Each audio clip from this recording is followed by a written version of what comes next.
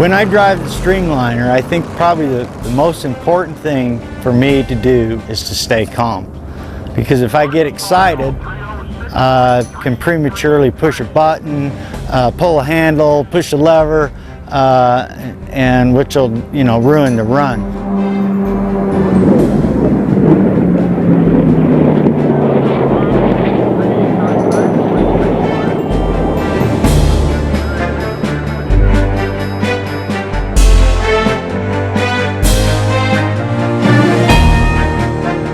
The car is relatively easy to drive. In first gear, I have to be sure not to get wheel spin. The more wheel spin I get, the slower the car goes. So, it's important to hook the back of the car up during this first gear acceleration. After that, once you get your foot down to the floor with that Liberty transmission in it, you just push gears whenever the RPM comes up for you to shift. If you're shifting at 8,000 RPM, you just shift it. There's no wheel spin after first gear. And from second gear up through fifth in the ride, and I think my dad probably explained it best, it's a spiritual experience,